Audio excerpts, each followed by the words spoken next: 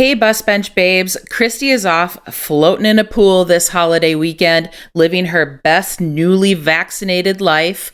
And today I have #Mark Randall, my husband, here to talk about safety and security as a realtor, especially as a woman realtor. This is important stuff we're going to recover today. So we are so glad you're here. Let's dive in. You're listening to the Girl Get Your Face Off a Bus Bench podcast, where we invite you to check your ego at the app, grab a cup of coffee, and get ready to dive into all things real estate marketing, social media, friendship, hardship, love, money mindset, and all the things that celebrate you as a badass boss babe. We're here to encourage you, show up for you, give you a loving kick in the pants when you need it most, and be your soft place to land on the hardest of days. So pull up a seat at our table and get ready to be inspired and start living your best life by design. Welcome to the Girl Get Your Face Off a Bus Bench podcast. We are so excited you're here. Okay, girls, let's dive in.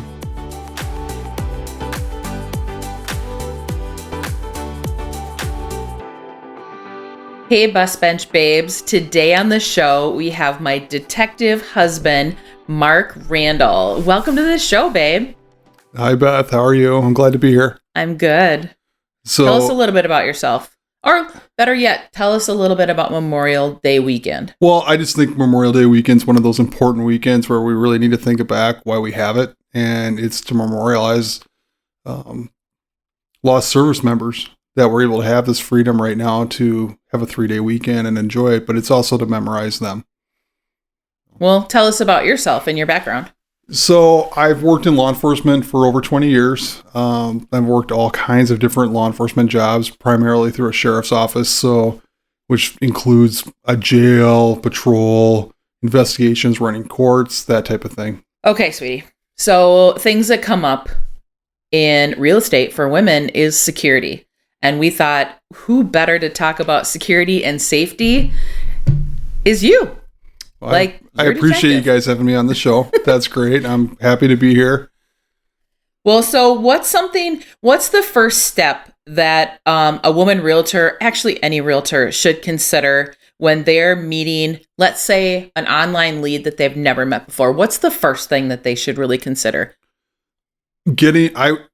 You mean like they met No, they haven't met him yet. Have they met? But they've met him online, I guess. Not like online dating here. Come on, okay. Like an online lead comes in and they may have a name, may have a phone number, may not, or an email, and that's about all they have. And they want to see 123 Elm Street. Okay. What would you do? Do they have a first and a last name? Not always. Okay.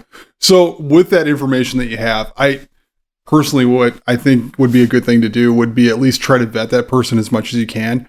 Either Googling their email address, Googling their name, first name, last name, as much background as you can find on the person. Google the phone number, see what it comes back to. There might not be any information on there. There might be some info. You can always put it in Facebook search, do that type of thing, and see if they have a public profile. What are you looking for when you're looking for that? Just to see if they're a real person, see if there's any red flags up there that this person, what you might be picturing in your mind, or what you think they're going to be like, if that's really what you're seeing. If you're not finding anything on this person, it could be a concern. Are they really giving you their real name? True. Okay. So, another thing too, like if they're coming from out of state and they say, "Hey, I'm coming from Maryland." Well, what's the area code on their phone number? Is it a local phone number here, or is it a number to Baltimore area? So that's another thing. Just those little checks to see if everything kind of adds up. I get it. People's numbers kind of stay with them, but it's just those little things if you can kind of quantify. So you're trying to piece together a puzzle that makes sense before you meet someone. Is that what I hear you saying? Pretty much so, yeah. Okay. Okay. So they don't seem like they're a serial killer. We're going to go show them 123 Elm Street. So I am now meeting a person in person for the first time. What are things that I should be concerned about? Like, let's say on either a public meeting place, like we're meeting at Starbucks, or I'm meeting them at a house for a first time. Like, would you view those things differently or those places differently? I think maybe the public meeting might be a good idea to do first. If you have time in your schedule and then there's a Starbucks nearby, why not meet that person in person and kind of talk about things first? Then you can go through and find out more details about them, what they're really interested in. And you might know of other houses in the market that maybe fits that person. They just saw that they like the pool in the backyard, and that's the only reason they're looking at it. But that also gives you time to get to know the person, find out who they are. You can do those type of things while you're there meeting with them. If you can't do that, the one thing I would say, any house that you go to show, you need to know the address for the house. Obviously, you put in your GPS or whatever, but think about if you're at that house and something happens and you need to call 911, the first thing they're going to want to know is your location that you're at. So if you can't remember that, have it on a piece of paper in your hand, whatnot, and then you can get it out.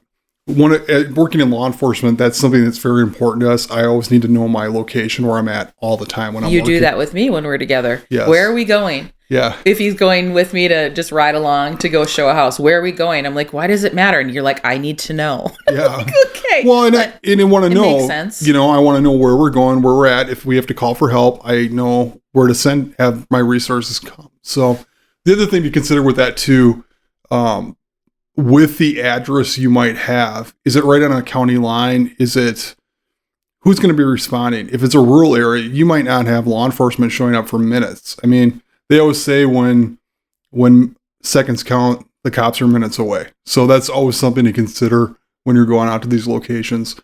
Do you have a coworker or a friend that you can text message the address to or call and say, hey, I'm going to do a 30-minute showing. If I don't call you or text you in 30 minutes, send help. Could it be that extreme? But at least you've got someone calling, checking in on you. They know a timeline that you're going to give a status check on what's going on with you. So, and that's a priority phone call from the friend or who's ever calling you that you need to take. I know a lot of times I'll try to call you and you're busy working, so it goes right to voicemail. Then I have to send the text, wait for a reply. So, but you're busy, and I get that. I'm busy when you call sometimes too. So it's just like, can't talk right now. Yeah. So. What are other things to consider if you're in a property? So, you're at the property, everything seems to be going fine. Are there other things to consider in terms from like a safety standpoint?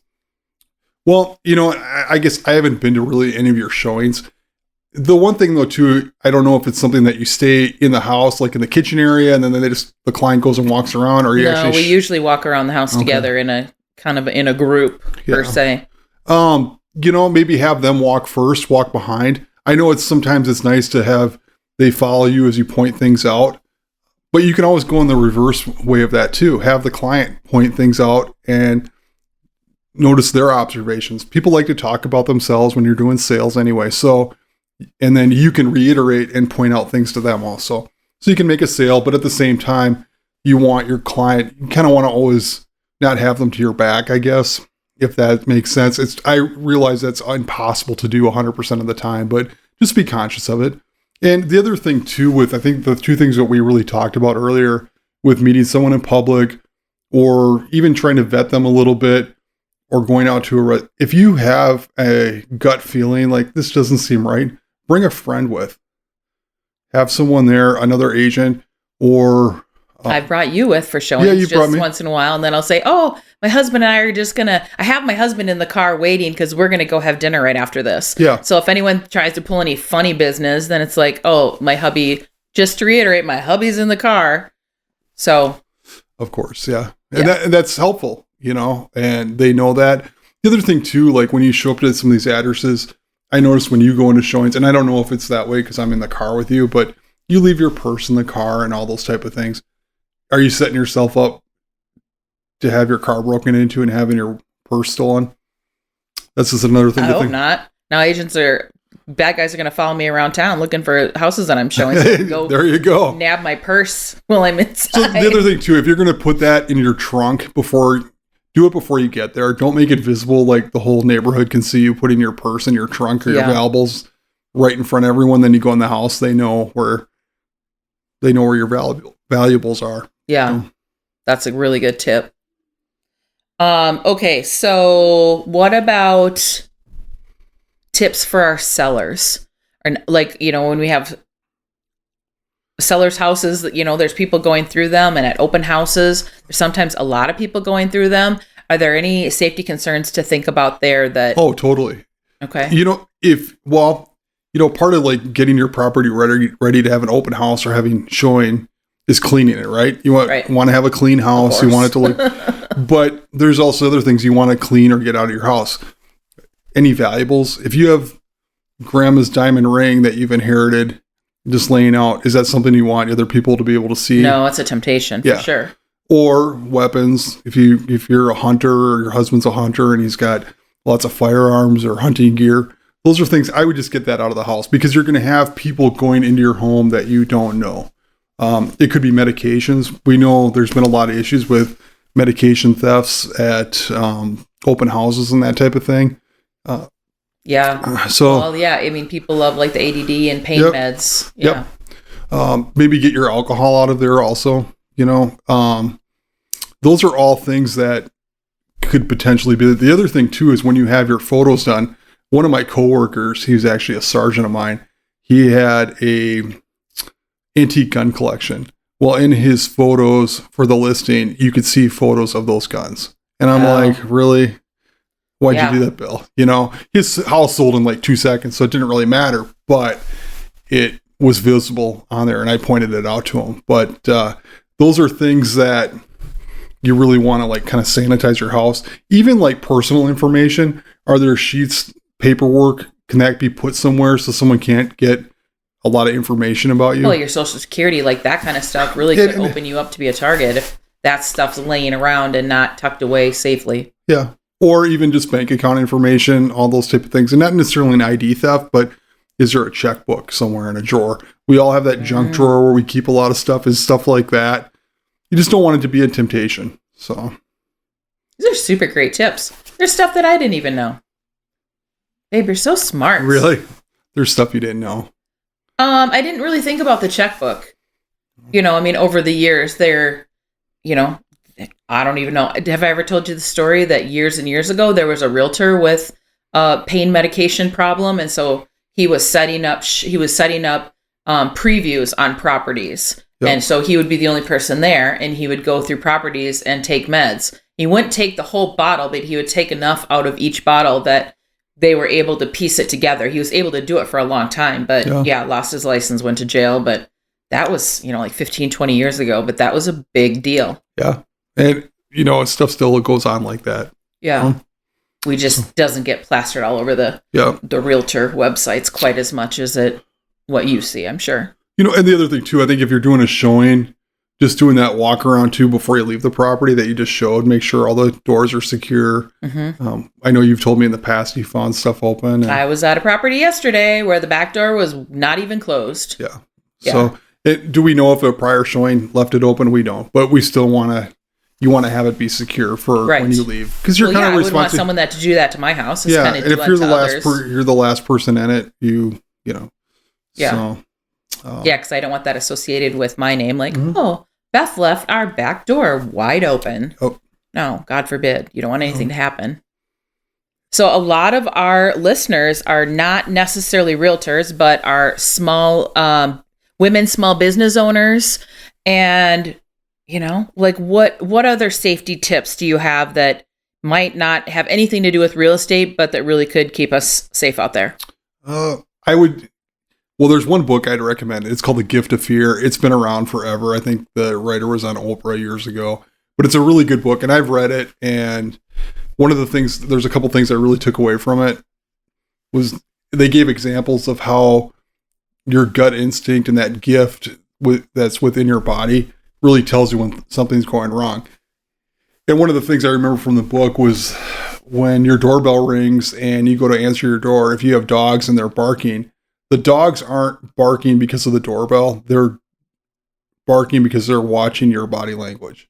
And so you don't know you're giving off that sign, but your dogs do. And those are things that we all have in our bodies but it's being able to figure that out. And I think that book does a really good illustration of that. Okay, repeat the name of it just for It's called The Gift of Fear. The Gift of Fear. Okay, that's a good Amazon purchase. Yeah, I think you probably get it for $6.99 on Amazon paperback.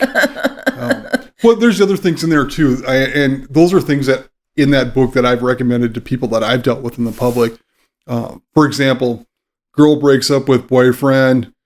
He's continuing to harass her and calling all the time and leaving voicemails and that type of thing, 100 voicemails on the phone. One of the suggestions in that book, which I've actually told people, was, is he calling to hear your voice? And then the other response would be, well, I'll just have my new boyfriend or my guy friend do it. Well, then does that piss him off even more because now he's got it? There's another male in the picture. What about just having one of your girlfriends leave a message? Hey, this is Beth's phone. She can't take your call right now. That's a good neutral spot to go with. And I didn't think. I just thought that they were calling to be psychos, but they're actually calling to maybe just to hear your voice. They could be. Okay. But then if you change your greeting on there and have some guy. It loses its power. Yeah. And you have one of your girlfriends do it, then it's not a male competition that he right. So those are just some little chips. Those are in that book, and I thought they were really good. Okay, so what about single women out there? I have a lot of single friends in real estate and just single entrepreneurial women. Like what do you say to those single gals that are maybe out in the dating world right now? Anything you have for them? Well, I can tell you, like on online dating, when you and I met,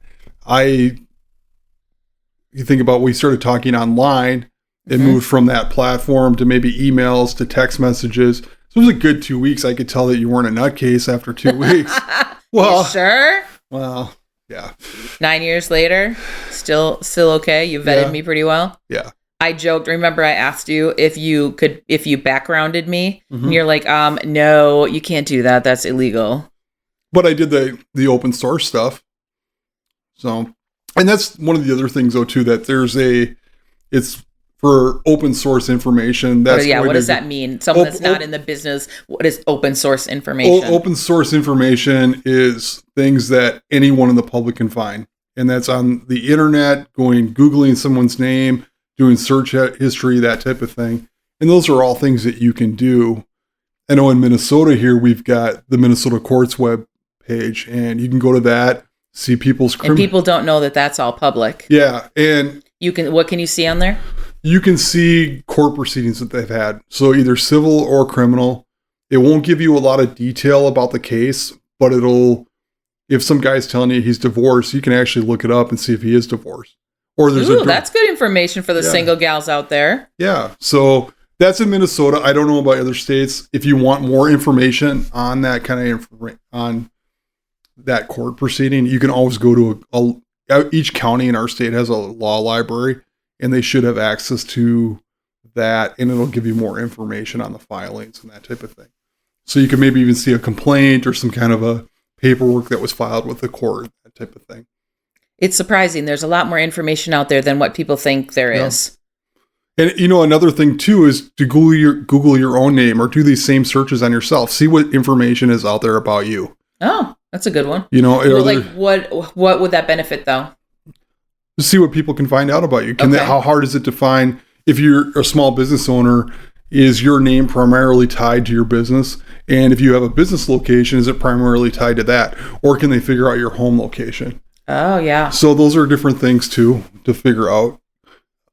I mean, you can find information out about people. There's paid services and that type of thing, but there's a lot out there. And when I was working in courts, we actually had a guy that would come in about every day to go use the law library to check people's backgrounds.